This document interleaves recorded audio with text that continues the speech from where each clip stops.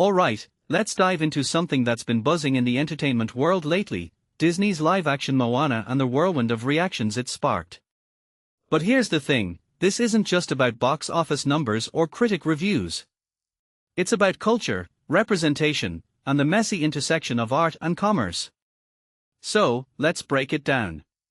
First off, the numbers.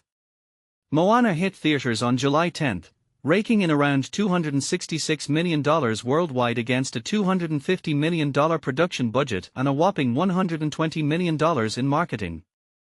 Variety predicts it could lose at least $100 million. Ouch. But here's where it gets interesting: the audience score on Rotten Tomatoes is 88%, while critics give it a measly 31%.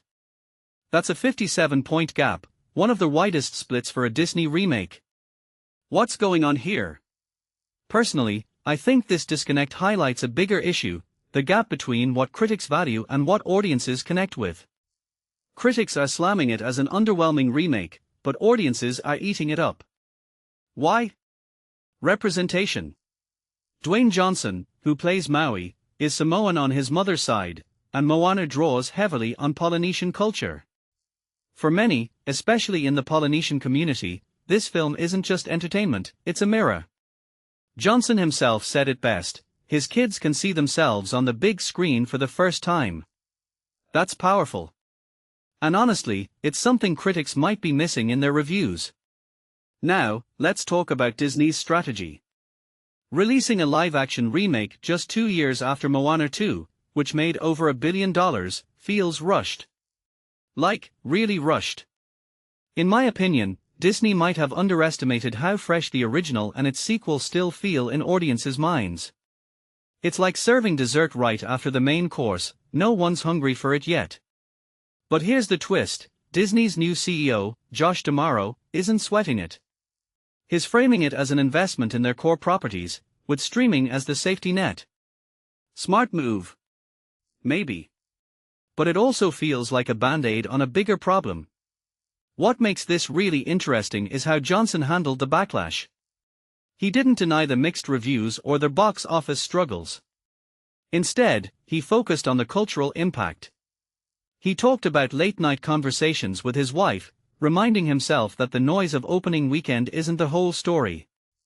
That's a perspective we don't often hear from Hollywood stars, this idea that a film's value isn't just in its numbers. And honestly, I respect that. It's a reminder that art can mean different things to different people. But let's zoom out for a second. Disney's live-action remakes have been hit or miss lately. The Lion King. Huge success. The Little Mermaid. Decent. But Moana feels like a misstep. Is it because the animated original is too iconic? Or is it because audiences are getting remake fatigue? I think it's a bit of both. If you take a step back and think about it, Disney's been churning out these remakes at a breakneck pace. At some point, it stops feeling special and starts feeling like a cash grab. And maybe, just maybe, Moana is the film that's making us question that strategy. Here's a detail I find fascinating: despite the backlash, an animated Moana 3 is reportedly in the works. But a second live-action outing? Unlikely.